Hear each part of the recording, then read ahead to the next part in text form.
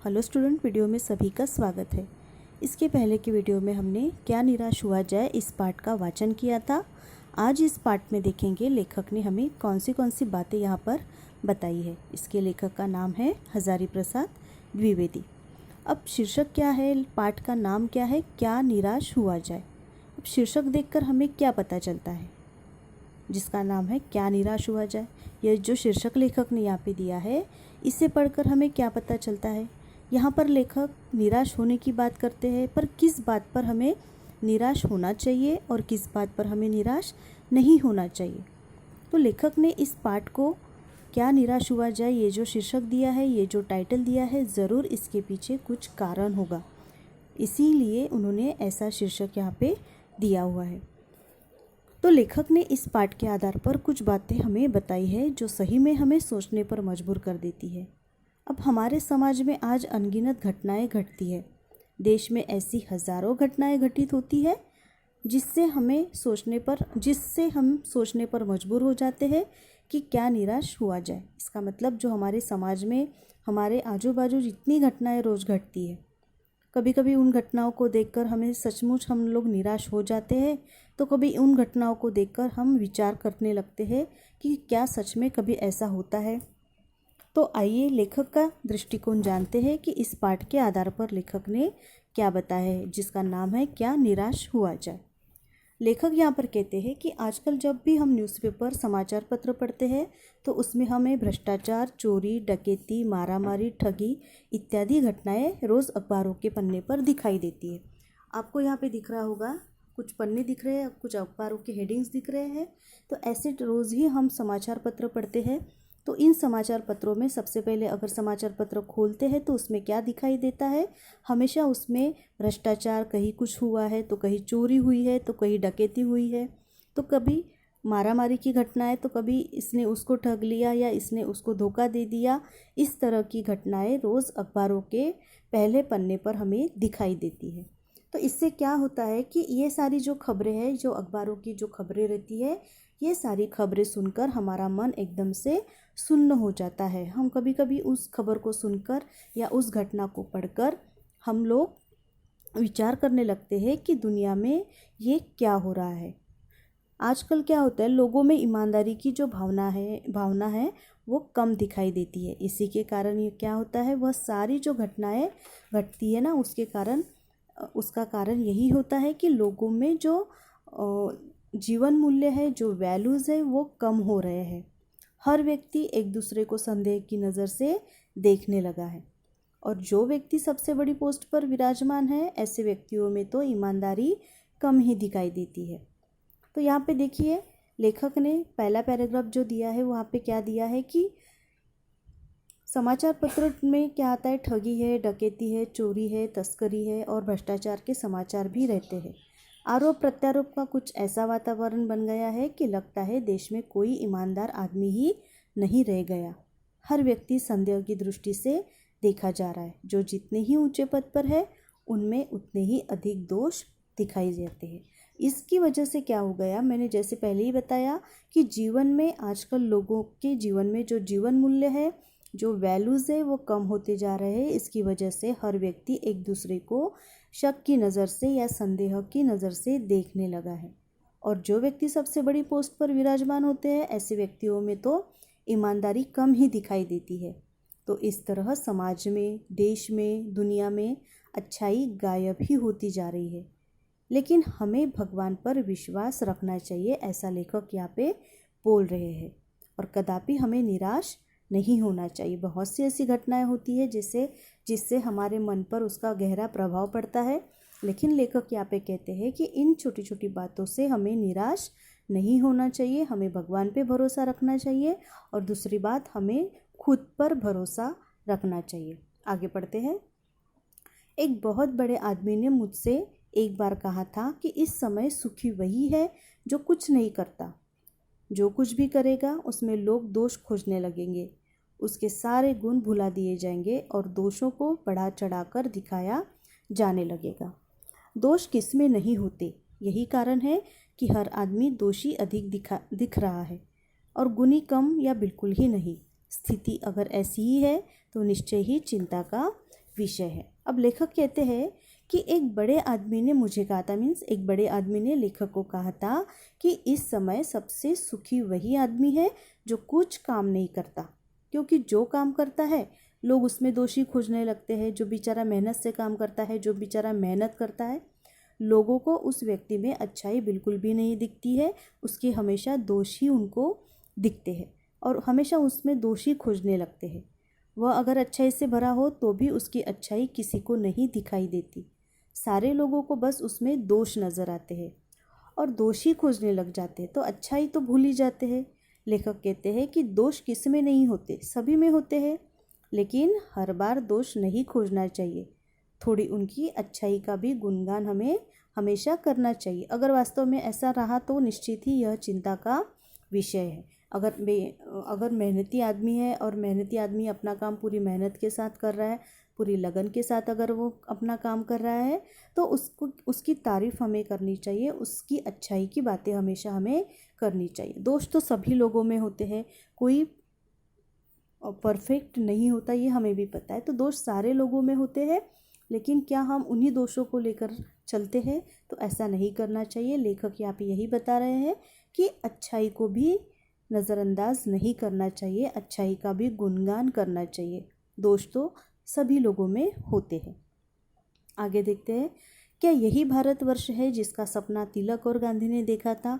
रविंद्रनाथ ठाकुर और मदन मोहन मालवीय का महान संस्कृति सभ्य भारतवर्ष किस अतीत के गहर में डूब गया? आर्य और द्रविड़, हिंदू और मुसलमान, यूरोपीय और भारतीय आदर्शों के मिलन भूमि मानव महासमुद्र क्या सूख ही गया? मेरा मन कहता है ऐसा हो नहीं सकता। हमारे महान मनीषियों के सपनों का भारत है और रहेगा। अब यहाँ पे देखिए, आगे लेखक कहते हैं कि भारत में हमेशा विविधता दिखाई देती है। लेखक ने भारत को मानव महासमुद्र क्यों कहा है?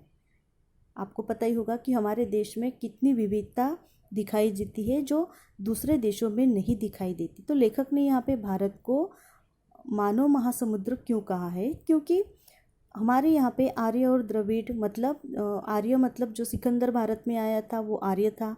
द्रविड़ मीन्स जो दक्षिण भाग से है वो उसने द्रविड़ी कहा जाता है, और वह आर्य था। और आर्य और द्रविड़ हिंदू और मुस्लिम तथा यूरोपीय और भारतीय जो फॉरेनर्स है, वो जो अंग्रेज़ है, वो भी हमारे भारत में आए थे। तो इन भारतीय आदर्श इन सबको हमारे देश ने अपने में समा लिया था। जैसे आपको पता होगा कि समुद्र की ओर बढ़ने वाली हर नदी को समुद्र अपने में समा लेता है ना, जो पानी है नदी का वो अपने में समा लेता है। उसी तरह हमारे भारत देश में यह सारी संस्कृति भी समा गई है। आर्य लोग आए तो आर्य संस्कृति भी हमारे भारत में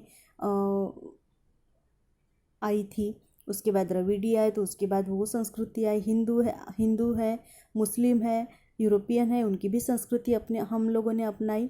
तो यहाँ पे लेखक यही कहना चाहते हैं कि ये जो सारी संस्कृति है ये हमारे भारत देश में समा गई है। अब इसकी वजह से आज हमारे भारत में विविधता दिखाई देती है। क्या भारत में यह सब हो रहा है? तो यहाँ पे गांधी, तिलक और मदन मोहन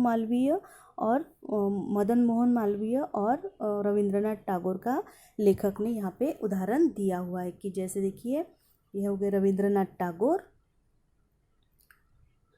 बाल गंगाधर तिलक, मदन मोहन मालवीय और गांधी जी। तो गांधी जी, मदन मोहन मालवीय, गंगाधर तिलक और रविंद्रनाथ टैगोर, तो ये सारे जो है उन्होंने यहाँ पे एग्जाम्पल दिए हुए हैं कि इन लोगों ने जो भारत के लिए सपना देखा था। किन किन लोगों ने सपना देखा था मैं फिर से एक बार बताती हूँ। रविंद्रनाथ टैगोर, गंगाधर तिलक, मदन मोहन मालवीय जी और गांधी जी। तो इन लोगों ने जो भारत में एक सपना देखा था, कौन सा सपना था इन लोगों का वो देखते हैं हम लोग कि एक सभ्य भारत का उन्होंने सपना देखा था। सभ्य भारत का सपना यानी जो भारत है हमारा, वो हमारा भारत एक सभ्य भारत होना चाहिए, यह सपना उन्होंने देखा था। तो यहाँ पे लेखक यही कहना चाहते हैं कि यह सपना वाकई में सच हो रहा है क्या? कि नहीं हो रहा है। लेखक के मन में ये प्रश्न है कि वाकई में ये इन लोगों ने जो सपना देखा है, गांधी जी, मदन मोहन मालवीय, रविंद्रनाथ टैगोर और गंगाधर तिलक, इन लोगों ने जो एक सभ्य भारत का सपना देखा था, तो वो सपना वाकई में सच हो रहा है या नहीं।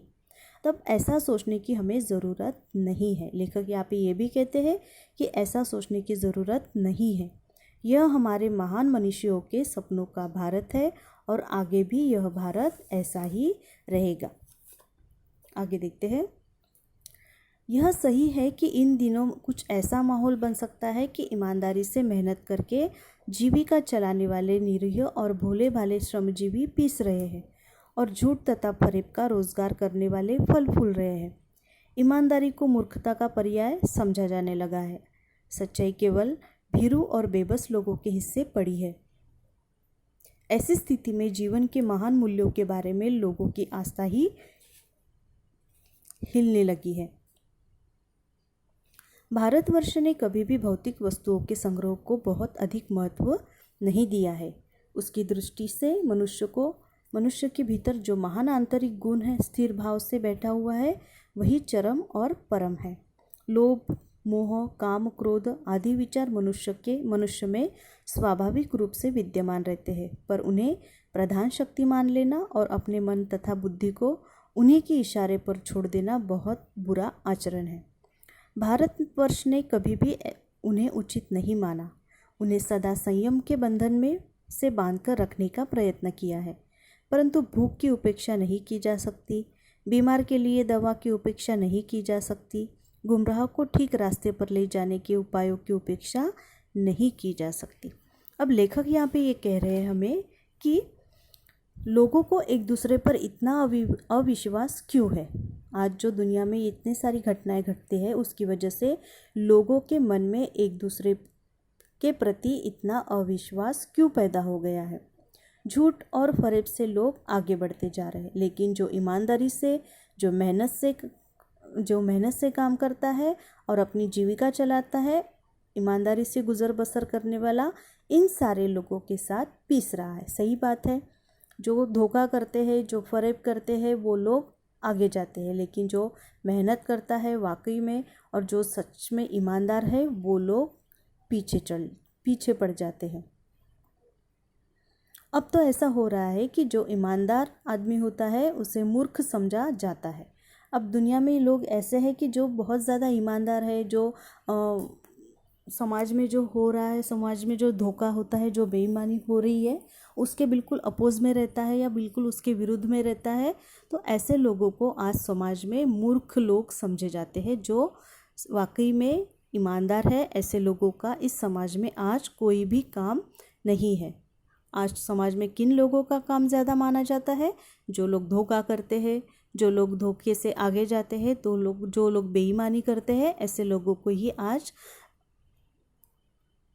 आगे जाने वाले लोग कहा जाता है। लेकिन जो लोग ईमानदार है, जो लोग मेहनती है, इन लोगों को आज कोई भाव नहीं देता। ऐसे लोगों को मूर्ख समझा जाता है। जो डरपोक और बेबस लाचार लोग समझकर उन्हें समाज में पीछे धकेला जाता है। कौन से लोग समझकर उन्हें पीछे धकेला जाता है? डरपोक या बेबस या लाचार लोग समझकर ईमानदार लोगों को आज समाज में पीछे धकेला जाता है। लेकिन वास्तव में वे डरपोक और लाचार नहीं रहते। फ़र्क इतना रहता है कि इस बेईमानी की दुनिया में उनकी आवाज़ दबा दी जाती है। जो ईमानदार लोग होते हैं, जो सच्चाई की राह पे चलने वाले लोग रहते हैं, तो आज समाज में इतनी बेईमानी फैली हुई है कि उस बेईमानी में इन लोगों की आवाज़ दबा दी जाती है। आगे लेखक कहते हैं कि जीवन में जो मूल्य होते हैं, उनके प्रति उनके मन में, लोगों के मन में आस्था नहीं रही है। जो जीवन मूल्य है, अब कौन से जीवन मूल्य है, ये आगे लेखक ने बताया हुआ है, तो हम देखेंगे कि लेखक कहते कि भारत में कभी भी लोगों ने भौतिक सुखों को महत्व नहीं दिया। अब भौतिक सुखों को महत्व नहीं दिया, इसका मतलब क्या है वो मैं आपको समझाती हूँ। लेकिन अपने जीवन मूल्यों को उन्होंने अंत तक संभाल कर रखा। अब यहाँ पे लेखक ने दो बातें बताई है। एक बात बताई है कि भौतिक सुखों को उन्होंने महत्व नहीं दिया और अपने जीवन मूल्यों को उन्होंने मरते दम तक संभाल कर रखा। लोभ, मोह, माया, काम, क्रोध, यह गुण तो हमारे अंदर होती ही है। हम सबके अंदर ये सारे गुण होते हैं या ये सारे दोष होते हैं। गुण कह सकते हैं या इसे दोष भी कह सकते हैं, परंतु इसे अपने पर हमें हावी नहीं होने देना चाहिए। क्रोध करना मनुष्य का स्वाभाविक स्वभाव होता है ना। हमें गुस्सा आता है, हम चिड़चिड़ापन आ जाता है, तो ये हमारा नेचुरल नेचर होता है, ये हमारा स्वाभाविक स्वभाव होता है। मोह करना, लालच करना, यह भी हमारा एक प्रकार का स्वभाव ही होता है, परंतु इसे अपनी शक्ति नहीं बनाना चाहिए।